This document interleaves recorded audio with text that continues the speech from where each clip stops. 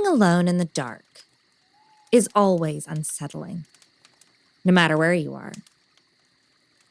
But imagine being on the top floor of a spooky old theater. You're on the converted mezzanine level, few windows, tight corridors, and low ceilings. It feels like the halls are squeezing you tight as you travel deeper and deeper into the attic space. You're shutting off the lights behind you as you go, leaving a trail of inky black night behind you. You begin to see faces, disembodied hands and eyes around every corner. The wallpaper itself seems to be creeping and crawling as creatures move within the illustrations. You know that it's all in your imagination. There isn't a child ahead of you, it's a rack full of costumes. There isn't a lady in white in the corner, it's a dress form in a wedding gown.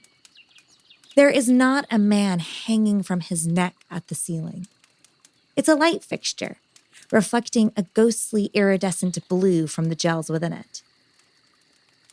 But that shadow ahead of you is new. Alien. Blacker than the rest. And it's solid, yet fleshy. And even worse, it's moving right to you.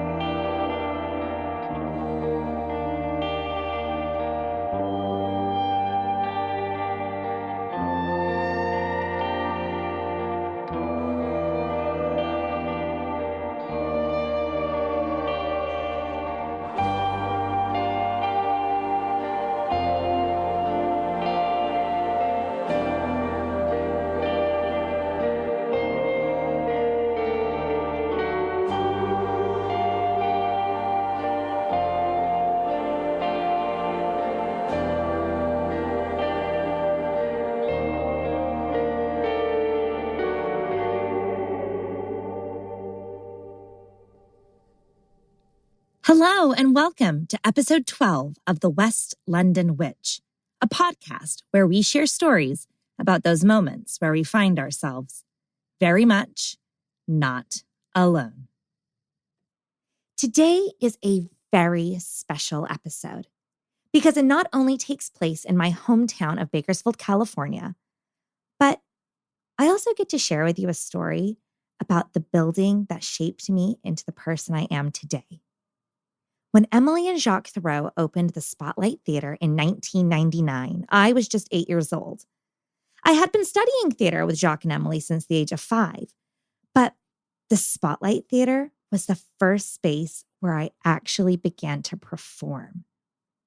When the theater was first being transformed from a stationery shop into the playhouse it is today, my parents and I spent our weekends volunteering at the theater, painting stairs, building sets, and sorting costumes. I grew up in that space. I spent every day of the week rehearsing, learning dances, working on songs, and watching the most beautiful performances in that 99-seat theater. The theater itself is equal parts regal and intimate. Big enough to stage large musicals like Les Miserables, yet small enough to really feel King Lear's madness or Antigone's grief. The theater is situated in the historic downtown Bakersfield and was built in 1904. It was originally Hayden Furniture Company, but it has had many tenants call it home over the years. It is a beautiful Second Renaissance Revival style building that has a basement, ground floor, and mezzanine level. The theater itself is on the ground floor, with the basement used for dressing rooms, rehearsal spaces, and a large dance studio. The upper mezzanine level houses the costume alley, offices, and the lighting booth. It is a huge building with lots of little rooms and strange small spaces. It's very odd that it has such a large basement because of all the earthquakes we have in California. And as roomy as the first floor is, the mezzanine level is tight, close, very dark, with low ceilings and lots of exposed pipes and air ducts. It is a really spooky part of the building.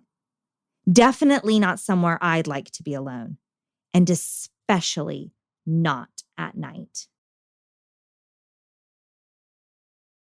Yet, lucky for us, that is the exact situation actress and former box office manager Angela Poncetta found herself in one evening.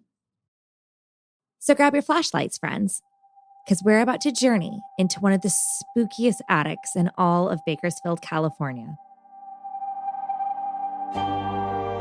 I'm Rebecca Strazina, and this is The West London Witch. Episode 12, The Spotlight Theater.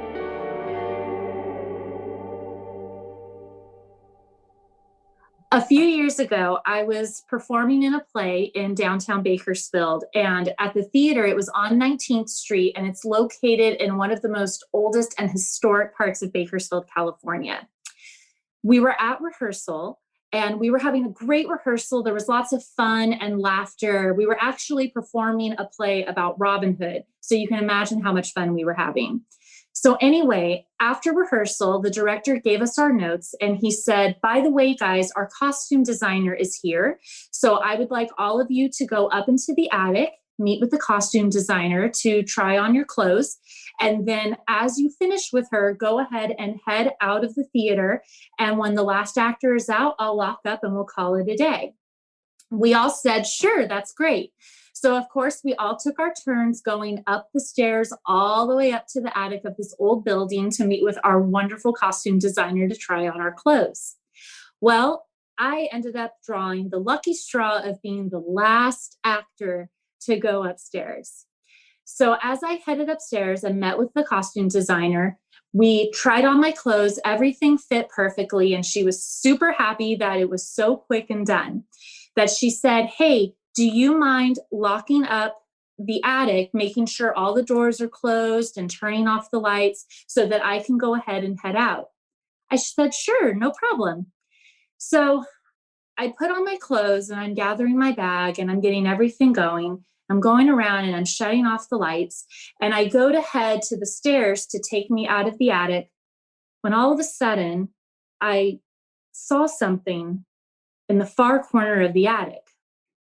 I looked and just thought it was my eyes playing a trick on me. But as I stared, I saw a figure. I couldn't really make out what the figure was, but I knew that I didn't want to leave the attic without knowing what it was I was looking at. So I just stood at the top of the stairs and I just stared across the attic into that corner. And all of a sudden, the figure moved closer to me, and it was a man. But it wasn't just a regular man.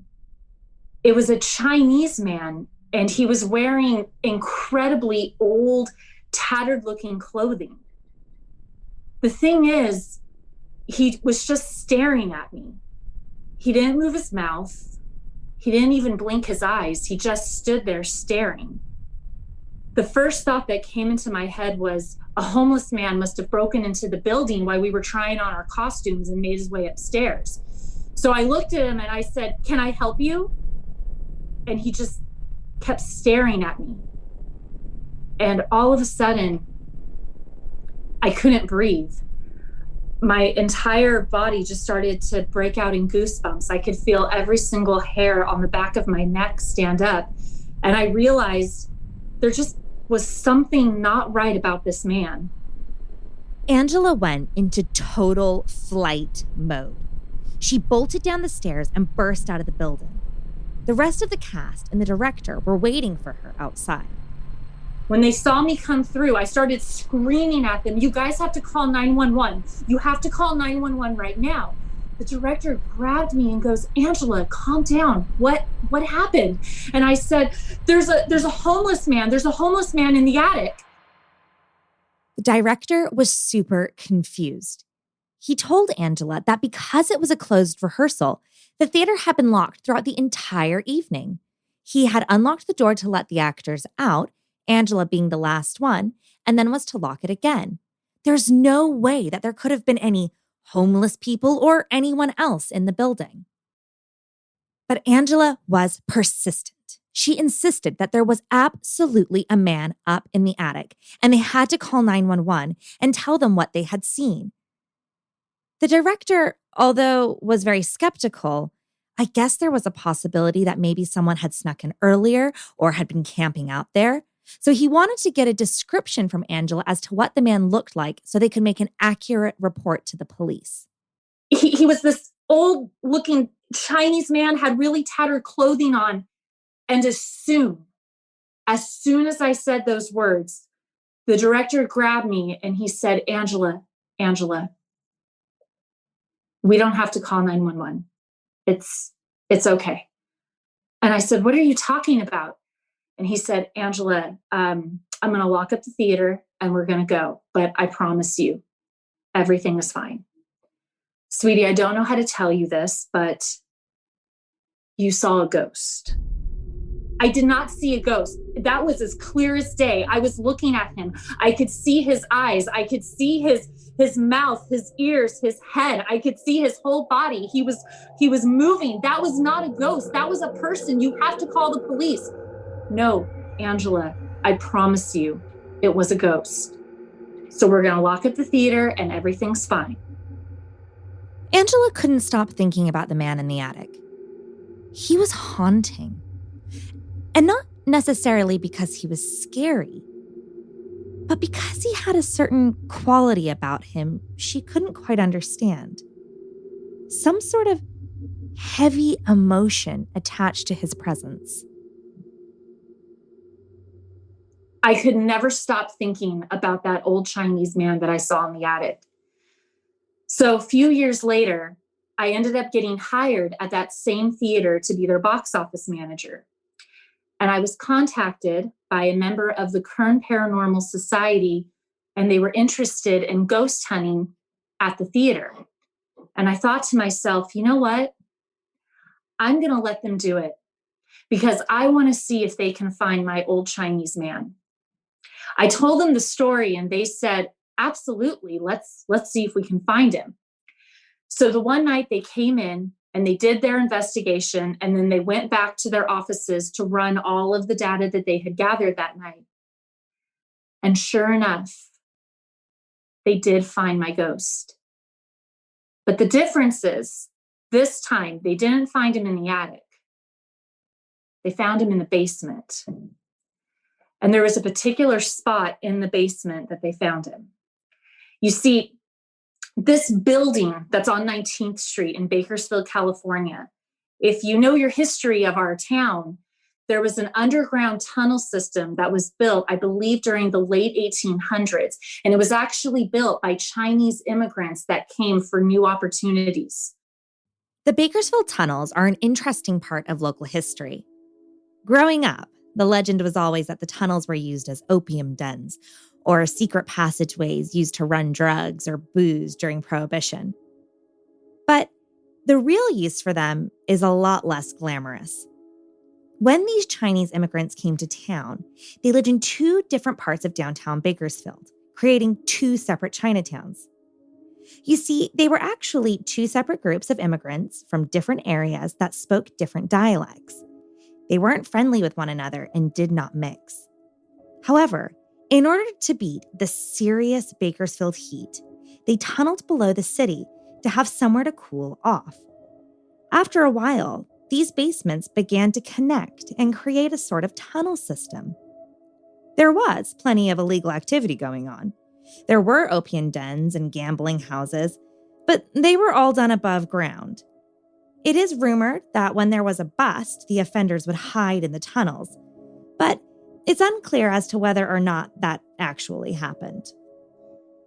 Well, in this theater, one of the entrances to these underground tunnels is located in our basement, which is where they found my old Chinese ghost. They came back to me because they were actually able to tell me who he was and why he was still haunting that theater. They told me that the reason he is there is because he and his family helped build these underground tunnel systems. And in that particular spot, there was a cave-in, and his wife and his child were killed in the cave-in. They found out that the reason why he haunts the theater is he cannot leave until he finds his wife and child. He doesn't want to leave until he finds them, and that's why he is there. As soon as I heard that, I just started crying. This man is simply just trying to find his family, and he's lost in our theater. So now every time I go to the theater, I'll go down to the basement and I will go to where that entrance to the underground tunnel is. And I say hello to him. And I tell him that I know he's there and that I pray that one day he's going to find his wife and child and they will be reunited. I just don't want him to feel like he's alone. As if this story couldn't get any more upsetting than a father searching for his wife and child. At the same time the paranormal investigation was going on, the city of Bakersfield was actually closing up and securing all of the tunnels. They in no way met California's strict building and earthquake codes. The builders had been working in the theater closing off the entrance to that tunnel. And this poor man was standing by, watching them seal the tunnel up like a crypt. I remember when I saw him in the attic, he just was so sad. It wasn't, the look on his face was not like he was going to hurt me. It was more of, you can see me, you see me. And then I think that's why he started coming more into view at me in the attic, because there are so many people who walk around Spotlight and there's ghosts everywhere. And a lot of the times they just refuse to see them or they don't acknowledge them. And a lot of them are just sad because they're alone. They're stuck. They can't move on to heaven. They can't move.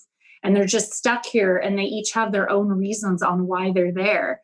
And when I found that out, I don't blame him. If I lost my family, I couldn't live not knowing that they weren't safe or, what if they're there? What if they're trying to find me? And then, he doesn't want to move on until he finds them. After thinking about this for quite a while, I began to wonder if he himself knew he had passed.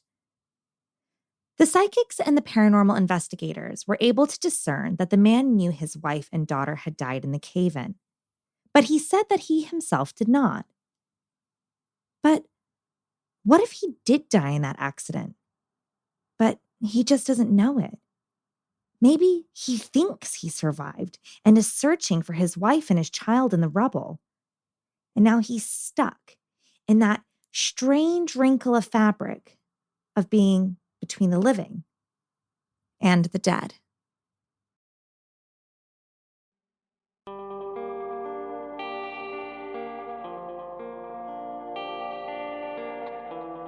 Do you have a spooky story you'd like to share? I would love to hear it. Drop me an email at thewestlondonwitch@gmail.com or find us on Instagram and Facebook at The West London Witch. If you enjoyed today's episode, don't forget to subscribe, rate, and review, and come follow us for additional content on Instagram and Facebook. I'm going to be posting loads of photos from my time at the Spotlight Theater and lots of photos of the theater itself and those spooky areas we talked about in today's show. Until next time, merry meet, merry part, and merry meet again.